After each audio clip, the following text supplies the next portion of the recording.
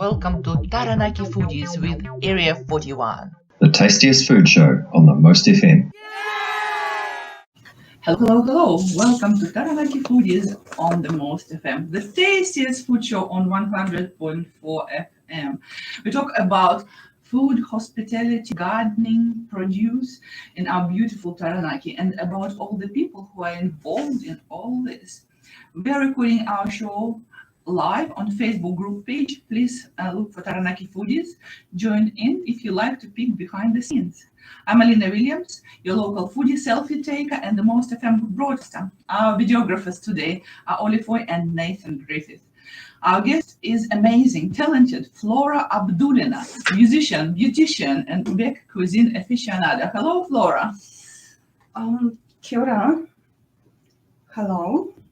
And здравствуйте и assalamu alaikum. Wow, there were 4 languages in the studio from one person. Assalamu alaikum, Flora. Walaikum assalam, Malena. Awesome. So, Flora, you just introduced, you just greeted us in Maori, in Russian, in Uzbek, and in English. I'm multi-talented. I want to listen to some music first. I believe that it is the music from your country. It's from Uzbekistan. It's called Gul Badan by Hoji Akbar.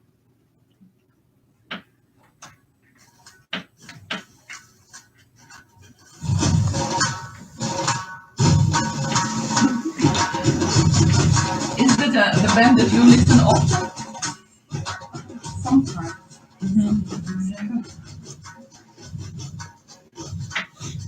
So if Ulrich or someone will send some messages, you'll let me know, just very quietly, and maybe write it on a piece of paper.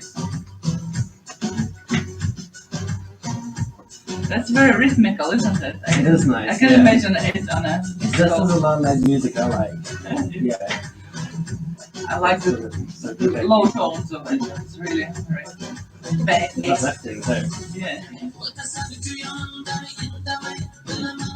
Very Asian. Little Asia. They call this area where all the sons are saying Middle Asia. Former Soviet countries, and now one country, which was Soviet Union, 15 different countries.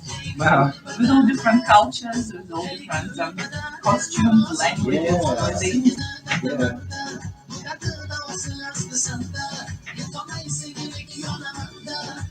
Do you understand what they say?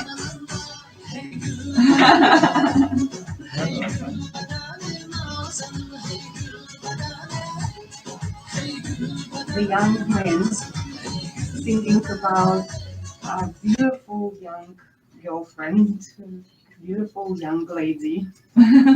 So, yes, of course.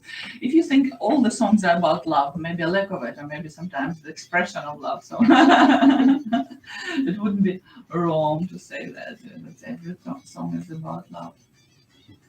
It's about how she's beautiful, how she's stunning. That's awesome. I can hear some of the unusual instruments. Well, not now, but when there was not a lot of singing. So, do you know what instruments were there? Duduk. Duduk? Is it Duduk like is a the pipe. We've got doira, it's like percussion, it's like a drum, but you can hold it, it's like a big plate, wooden carcass, and a skin of probably animal, which Like a deer. Like a deer, yes. Mhm. So, and lots of metal little rings around this to make this sound like a It's like a tambourine. metal tambourine. Oh, Yes. wow. Does it look like a tambourine? Not really. Not really. It's like more like little bells. If you're gonna put little rings on the string and make a shake, it's gonna give you that shaky That's metal. interesting. I need to make my sound. research to make sure that I know what you're talking about. But I heard doira. Doira is like a huge long pipe, right? No, doira is that. Oh no, so duduk. Duduk, yes, it's It's a very low sound, right? yes, and they've got different varieties of this. And, we've got huge ones for special occasions. They've got beautiful long ones. Welcome back to Taranaki Foodies with our guest, talented Flora Abdulina, musician, beautician, and Uzbek cuisine aficionado in the studio with Alina Williams, Nathan Griffith, and Oli Foy today. So we just listened to an amazing song which is called Gulbadan by Hoji Akbar. And Flora told us that it's the song about love. So what does specifically the guy says about his love? He loves his girlfriend, and she's admire her beauty, how she looks like, how she is dancing, how she is behaving. And Wow, that's wonderful. It's very often, we can ask Nathan that when you love a girl, the adoration is complete. You just don't do it halfway. So when I first met you, Flora, I was stoked about your musical education that you got at Tashkent State Conservatory. Conservatory, is that correct word? So how long did you study music? well, I studied music from 5 years old. Wow. My mother was a music teacher, and since 5 years old, we was studying music, fortepiano, piano. I play piano, and when I was 14, I went to music college.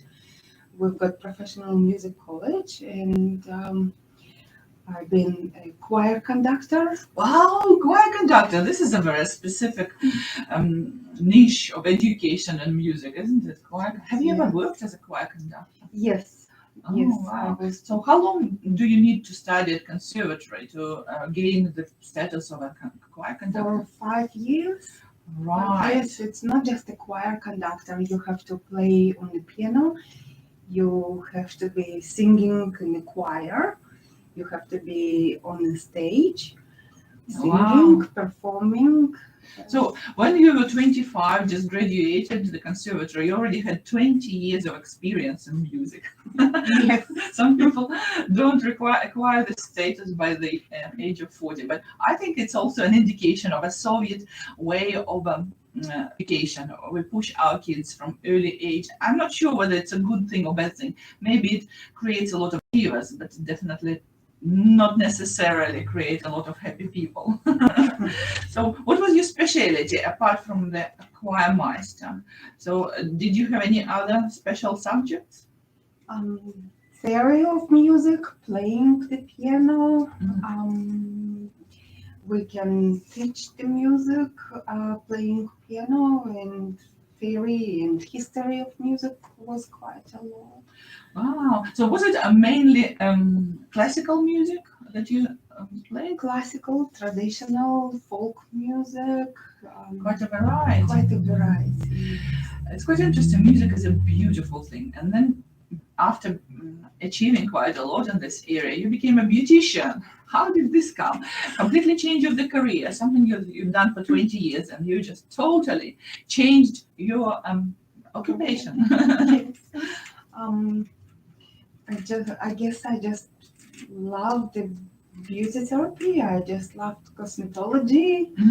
I loved makeup. I loved colorful things, you know. Was it easier to study all the aspect of beauty therapy rather than music? Much easier. When you're patient, you will be so patient about this, and you're going to enjoy this study. So you graduated with merit awards from Beauty College of Camille in Auckland, right? So why did you do this with such a pomp?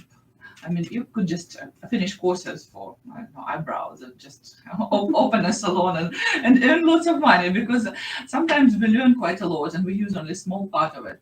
So is it you a perfectionist? Probably yes, but when we study, we're gaining quite a lot of knowledge, and it's not just one style. It's not just one thing what we can edit. also quite a lot of knowledge in massage therapy, waxing, facials, how to improve your skin, how to look younger. Well, for some people, it is really important talking about aging Yes. females. So, you just told about your favorite aspects of beauty therapy. You need quite a profound knowledge of the body, right, to do a massage and things like that. How long did it take you to kind of feel that you already know it? I'm still learning. The best answer, the best possible answer. I'm still learning about our body. No one knows what's in our body, what our body capable is. All right. So, what is your favorite aspect of beauty therapy? Something that you can do, work on every day till the day you decided to stop working.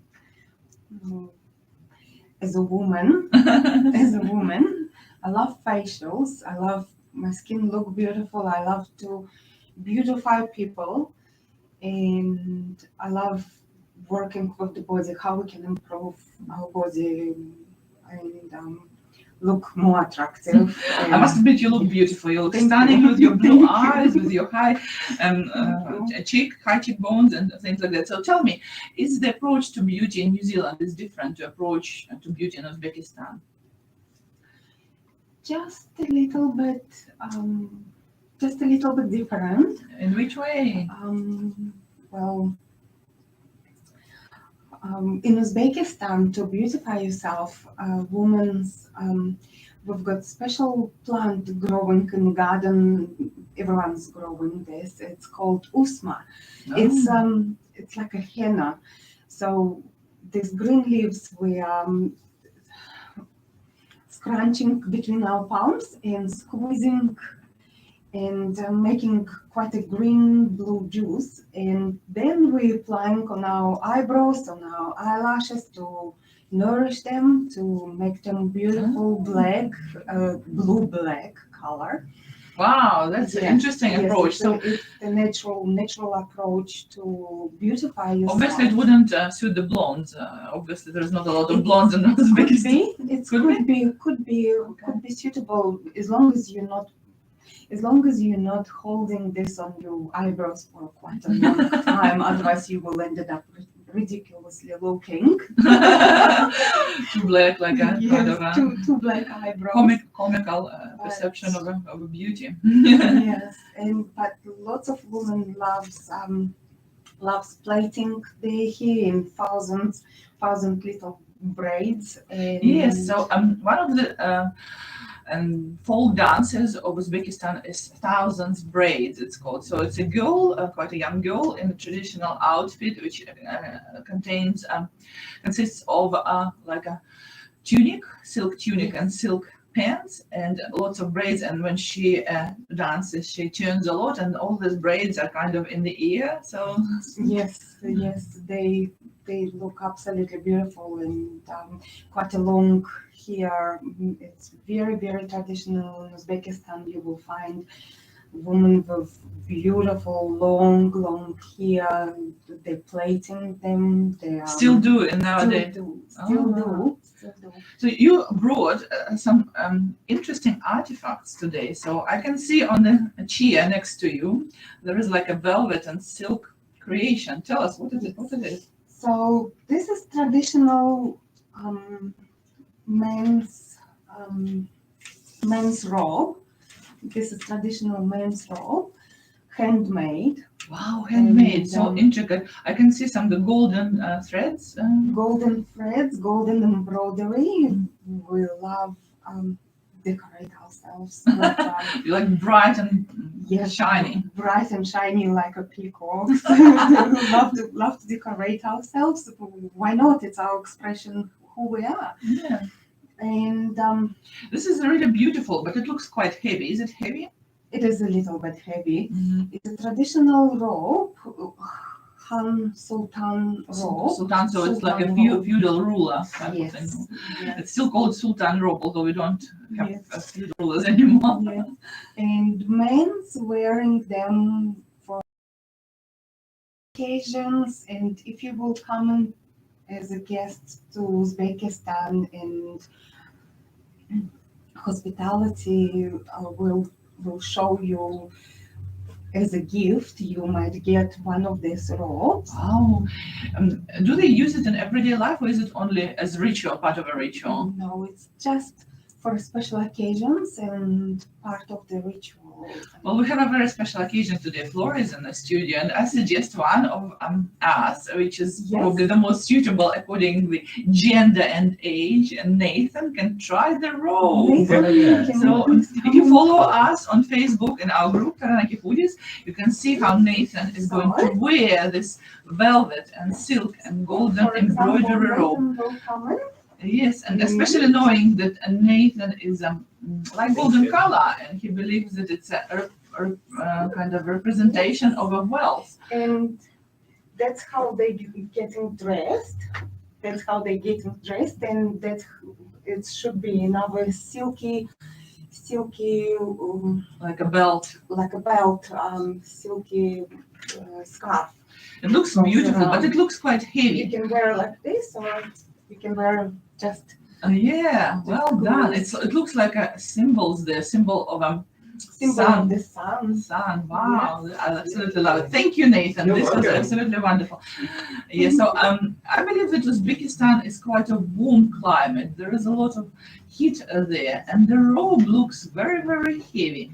Can you please tell us how people manage to not to get too sweaty and very heated? Well, in Uzbekistan, when you come into somebody else's house, you have to drink tea. They're not gonna ask you, are you hungry or are you thirsty? You come in and they will say, come on in, marhamat, khush kelibsiz. Oh wow! Have a seat, and they will serve you with the hot tea. It's like a tonic. It makes you cool. Makes you cool. Green tea Mhm. and black tea. It depends. It's the only question they will ask you: green tea or black tea? Awesome. I like this tradition. I believe that hospitable people and people who are generous with their food and with their attitude are getting much more from this life and from the universe. So, talking about being generous, Flora brought some really interesting givings to our studio. Now we are going to listen to some music and we're going to try some of your food. Let's listen. It's Maxim Fadeev and Nargis together.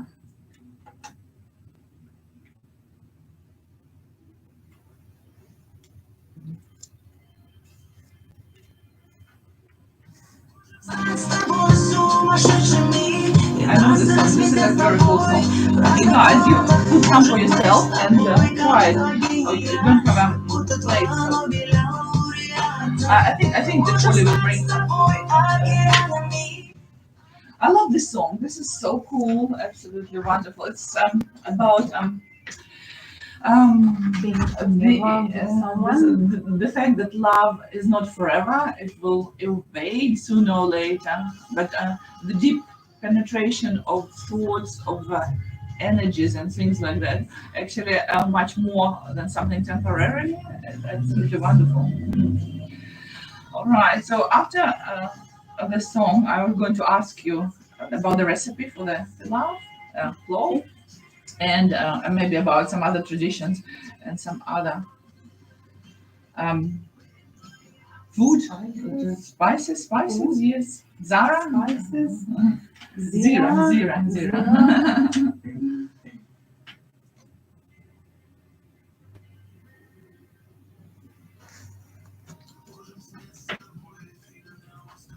Не получить его из-за погоды. Можем стать с тобой морем уходи. И нас со своих примут пароходы. Можем стать с тобой океанами. И нас разделит с тобой материками. Мы можем стать с тобой лишь океанами. А может мы ангелы на облаках. This is a beautiful song, and it's so profoundly connectedness between two people. This is lovely. I absolutely love this. So Nargiz, so Maxim Fadeev is Russian, and Nargiz is one of his projects. He's a producer of her. She is an Uzbek singer. Mhm. She is She made born- it in the whole Eastern Europe, so she's known all Eastern Europe and Ukraine and Russia. Which Yes, is, and also huge. she went to America. She was living in America, and after she came back for this project Voice in Russia, so she made it quite big influence. Yeah, and she looks very quirky and Yes, like an interesting Thank person. you. Absolutely amazing. I love her. Yeah. What not to love?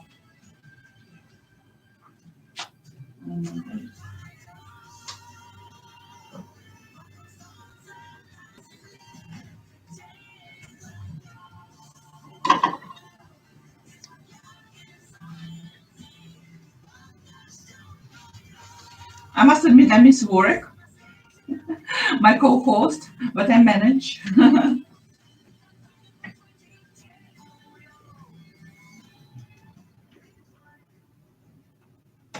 Welcome back to Taranaki Foodies on the Most FM, the tastiest food show on 100.4 FM. We are here in the studio with very talented Flora Abdulina, musician, beautician, and Uzbek cuisine aficionado. She brought a very interesting, absolutely heavenly smelling dish. And we have two guys who are going to try it. It's Oli and Nathan. And while they're doing it, I was going to ask Flora, what is this dish? So this is plov. It's a pilaf. It's Uzbek version of pilaf, right? Uzbek version of pilaf, plov, or osh. In Osh. Uzbekistan, you will call this osh or plov. Mhm. It's been served for thousands of years, and if you will be invited to, for example, my house, you will come in. I will serve you tea and sweets and treats and dry fruits, like apricots, dry apricots, nuts, raisins. We've got quite a lot of variety: almonds, sweet almonds, salty almonds. I remember that because my dad was born in Uzbekistan. He's Korean who was born in Uzbekistan, and he spent his early ages there. And I remember this beautiful sweets from Uzbekistan. They're all based on some sort of nuts or dried fruit, sometimes egg whites. There's one with egg whites is very popular. And also, I remember that making pilaf, plov, is a long story. It's the whole family gathers together and in a big,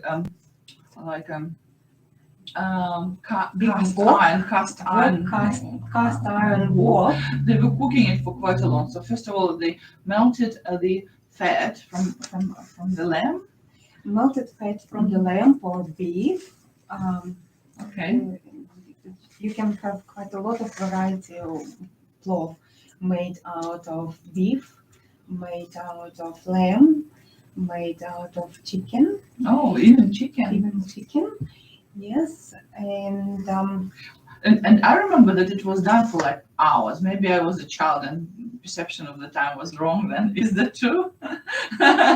So it's a long dish. But it makes sure that all the different ingredients are mixed together without actually being stirred because it's in a Yes. slow heat for a long time, right? yes, So what's in your plov? Tell us. in my plov, Yeah. you caramelizing onion, Yes. carrots, meat. Well, last night I decided I'm gonna make chicken, Mhm. chickpeas, and rice Wow.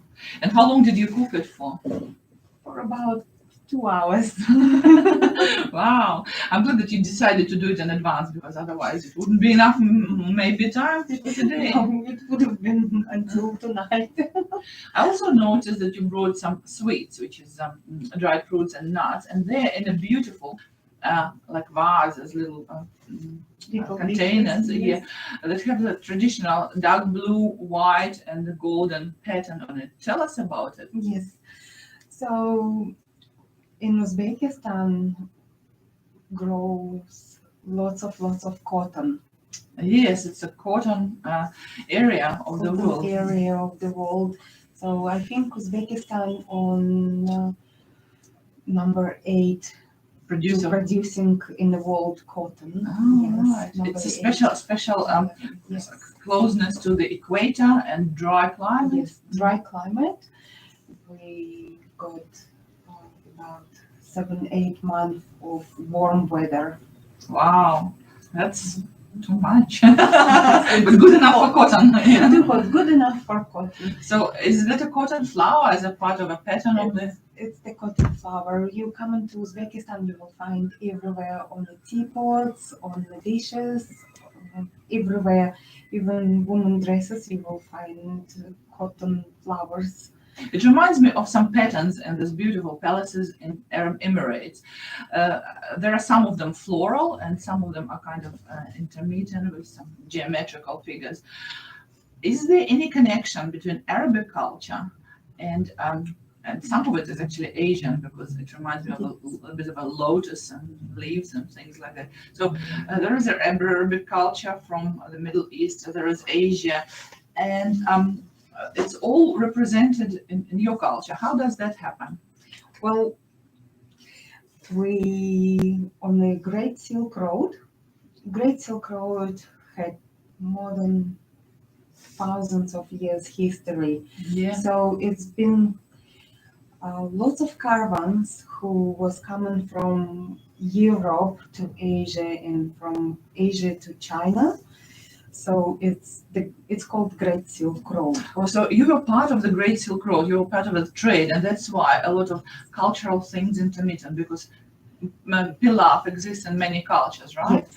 Well, in your culture it's called plof, right? Yes. Somewhere else it's probably called different. Is there any other similarities with the food? Yes, in Greece, in Turkey, they've got baklava. Yes, we it's a dessert. We call this pahlava. Okay. Pahlava. It's a very minor change, but it is Yes. slightly different. Pahlava plus dolma plus it's another dish which is means rolled in the wine leaves Yes, it's beautiful. from the Greek. So Alexander the Great, Mhm. it's historically known, Alexander the Great was in Uzbekistan, was in Oh. Tashkent. We're going way back in history, and we've got lots of legends how Greek soldiers was coming through to the Persia, to the India. And of course, when they was traveling, they was bringing spices. They was bringing quite a lot of beautiful dishes, quite a lot of silver, gold, tradesmen, jewelry. Wow. Yes. So talking about spices, what is the most popular spice in Uzbekistan? Most popular spices is cumin. Okay, the same as in India, probably. Yes. Or Eastern cumin, Asia. coriander, curcuma, Mhm. Zira? zira. This is very Arabic. Mhm. Zira, sesame seed. They call it jira, I think, but and closer to Asia, it's zira. Sesame seeds. Wow, this is also quite amazing. Sesame seeds and saffron. Saffron quite expensive. One of the most expensive spices. Do they grow it in They Uzbekistan? grow in Uzbekistan. Wow. It's the flower. Yeah. It's grow as a flower, beautiful flower, and when they gather it, it's Just the center of it. Wow, this is pretty amazing. And I noticed that you brought a beautiful, quite interestingly patterned table runner. It's a unique pattern. I haven't seen it anywhere except Uzbekistan. So, and a bag with a similar one. Yes. So is it a traditional one?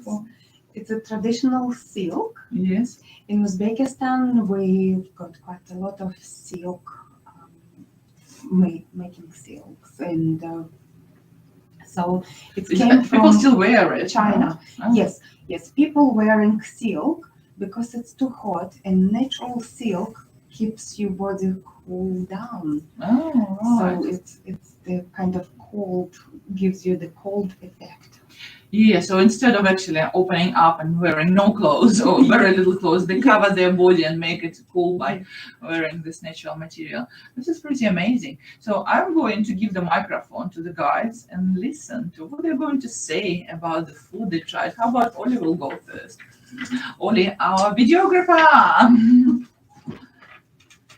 That was really nice. It's like nice and simple dish. Doesn't have too much in it, too complicated, but it's still really good with the chicken and rice and stuff. It's a really good way to have something healthy. Wow, I still like it. It's a really good. So the next one will be Nathan. This is made with simple traditional ingredients. It has a great taste. It's sort of a burnt flavor that must come from the nuts. And it's got a great texture. I could see this dish being recreated with cauliflower. Oh, Yeah, wow. that would be a vegetarian option. Vegetarian option. This is a real foodie talk. I love how Oli and Nathan give their own twist and how they recognize the beauty in the healthy food. We'll love to talk about health and how food could be a medicine and how food can enhance our health. So it's a unique country. It was on a crossroads. It was part of the Silk Road. It formed a very interesting, unique culture, very unique patterns.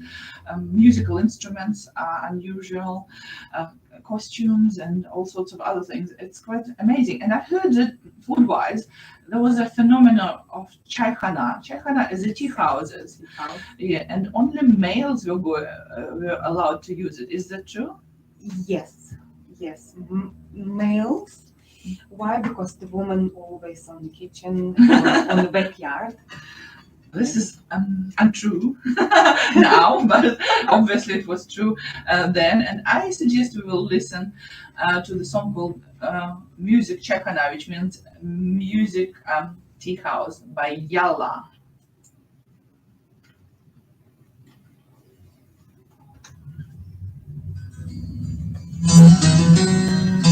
This is a very melodical one. Do you cook it often at home, or probably tired of it? I can't cook borscht very often because my family is tired of my traditional food. My family loves borscht. Well, we should swap families, I suppose, maybe for a week. They'll cry because, well, I mean, yours will cry.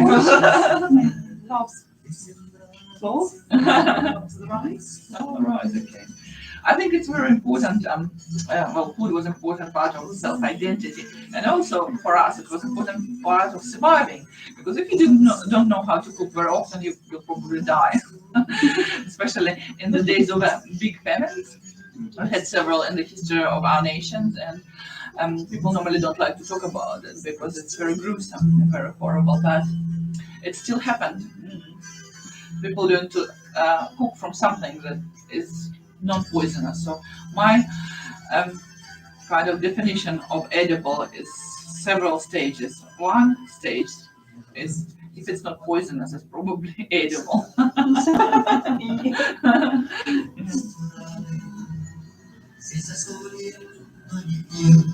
And they also, in these tea houses, they always had music, right? There was always someone playing a musical instrument. Someone will play musical instrument. It's like,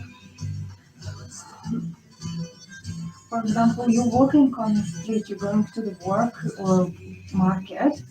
You went to the market, you bought fruits, vegetables. You're coming back, and you can come and you can see your friend or neighbor and Chat for hours. and just come in and have a seat. It's outside because it's too hot, and we've got lots of tree shades. So and they're all going to be sitting in a nice, quiet talk, Wow. discussion, talking about. They always will be asking, "How's your family?" First question, "How's your family? Oh, yeah. How are you? Awesome. Where you went? What have you done? What's happening?" Mhm. So, are alcohol drinks popular? Were alcohol drinks popular in Not history? really. Maybe in the modern days now, probably.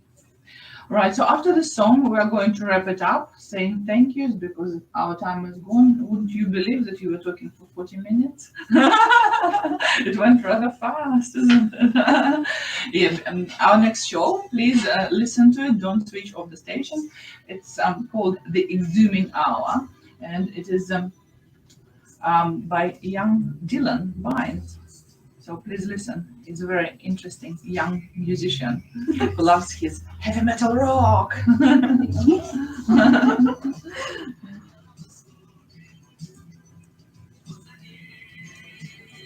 Is there a distinctive flavor in there that it tastes almost like a soy sauce? But I think it's the nuts and the I cooked. put Almost like lemon. I caramelization. put the lemon. Oh, lemon? Yes, when you cook it, you put the lemon before you're gonna cook rice. Ah, So the lemon flavor kind of infusing, but unfortunately I it's cooking. use I think we are lemon. Okay. Welcome back to Taranaki Foodies on the Most FM. We are the tastiest food show on 100.4 FM. I would like to thank our talented Flora Abdulina, musician, beautician, and Uzbek cuisine aficionado who came to our studio, shared her culture with us, brought some sweets, brought some pilaf, which is plov, and told about her life and about her culture. So thank you so much, Flora. Thank you. We are currently looking for a sponsor for our show. Big thank you to our previous one, Area 41. They have been with us for almost 3 years. We are proud to see their successes and growth. Good luck, guys, in your new step of life. Now we're going to take some selfies and post them on Instagram and Facebook. Tune in to 100.4 FM every Saturday at 4 p.m. Remember, there is a live recording of this interview online on Taranaki Foodies with Area 41 group page on Facebook, and of course on Twitter and YouTube. Meet you next Saturday at 4 p.m. on airwaves. My gourmetarians, the last song is choice of Flora, and it's called My Uzbekistan, and it's instrumental by Sultan Ali.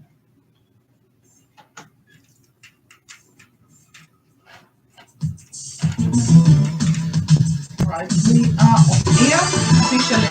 Well done, everyone. Ooh, I was nervous. This is quite normal. A lot of people go and through the life and never been on the radio, so. Но мы же еще на Фейсбуке. Да, ну, все же хорошо прошло, да? Да. Я не знаю, Лена, хорошо или нет. Отлично все прошло. Я жду от тебя.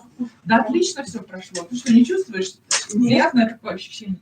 Ты вот точно перфекционист.